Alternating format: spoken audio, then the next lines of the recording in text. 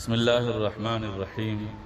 امام بخاری research academy سے شائع ہونے والے ہفت روزہ میگزین الجمعہ 25 ذی الحجہ 1444 ہجری مطابق 14 جولائی 2023 کے مضامین کی ریکارڈنگ پیش خدمت ہے۔ الحمدللہ رب العالمین وصلی اللہ علی النبی الامی الکریم، اما بعد۔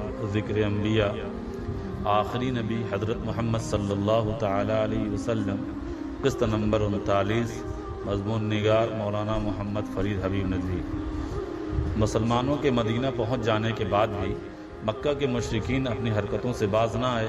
انہوں نے عبداللہ بن ابی کو خط لکھ کر کہا کہ یا تو تم مسلمانوں کو وہاں سے نکال دو یا ان سے لڑو، ورنہ ہم تم پر حملہ کر دیں گے۔ یہ شخص مدینے پر اپنا خاص اثر رکھتا تھا۔ قریب تھا کہ مدینے پر باقاعدہ اس کی حکومت قائم ہو جائے اور سب لوگ اس کو اپنا سردار مان لیں، مگر رسول اکرم صلی اللہ علیہ وسلم کے مدینہ آ جانے کے بعد اس کا یہ خواب ادھورا رہ گیا، اس لیے وہ آپ صلی اللہ علیہ وسلم سے سخت نفرت کرنے لگا۔ آگے چل کر اس نے دکھانے کے لیے اسلام قبول کرنے کا اعلان کر دیا، مگر اندر سے یہ دشمنی پالتا رہا اور اسلام کو نقصان پہنچانے کی سازشیں کرتا رہا۔ اس لیے قریش کے لوگوں نے اسی کے نام خط لکھا۔ اس وقت تک اس نے اسلام لانے کا اعلان نہیں کیا تھا۔ قریش کا خط ملنے کے بعد اس نے اپنے ساتھیوں کے ساتھ مل کر نبی کریم صلی اللہ علیہ وسلم سے جنگ کرنے کا ارادہ کیا۔ آپ صلی اللہ علیہ وسلم کو اس کی اطلاع مل گئی۔ آپ نے حملے کا ارادہ کرنے والے مجمع میں جا کر تقریر فرمائی اور انہیں سمجھایا کہ مسلمانوں سے لڑنے میں تمہارا ہی نقصان ہوگا۔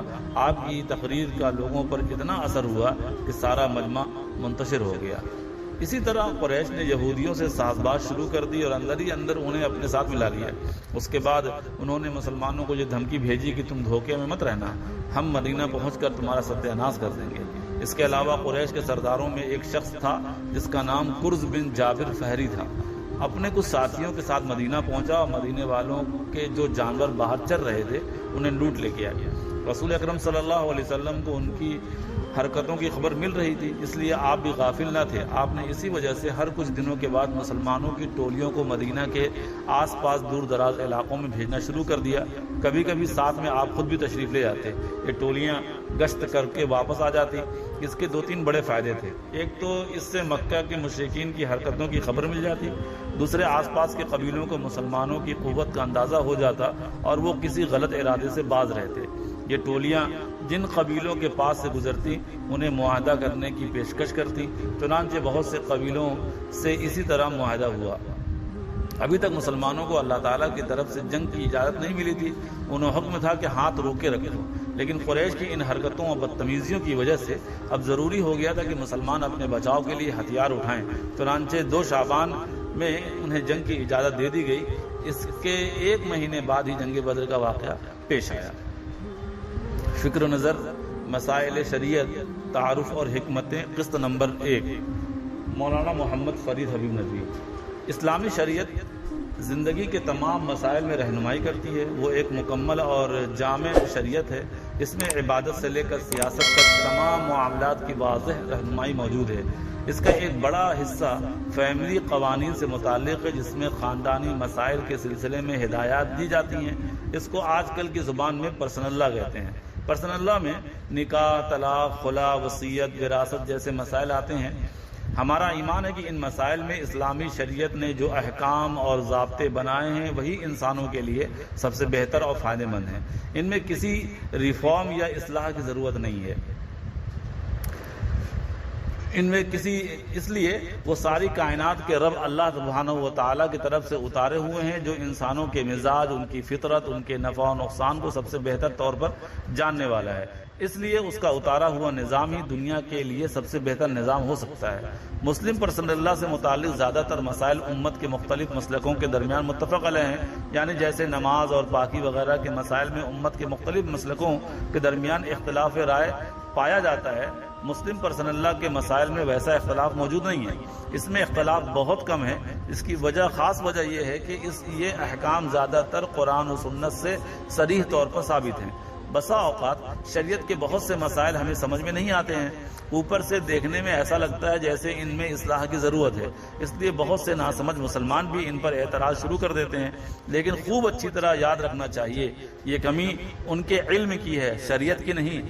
شریعت کے مسائل کی حکمتیں سمجھ میں نہ آنا لا علمی کی وجہ سے ہے، اس کا مطلب یہ نہیں ہے کہ شریعت میں ہی کوئی کمی ہے، اس لیے یہ طریقہ درست نہیں ہے کہ ان پر اعتراض کیا جائے۔ درست طریقہ یہ ہے کہ ان کو گہرائی سے سمجھا جائے، صحیح علم حاصل کیا جائے، گہرائی سے سمجھنے کے بعد یہ اچھی طریقے سے بات واضح ہو جائے گی۔ جس مسئلے میں شریعت نے جو رہنمائی دی ہے اس سے بہتر رہنمائی ہو نہیں سکتی۔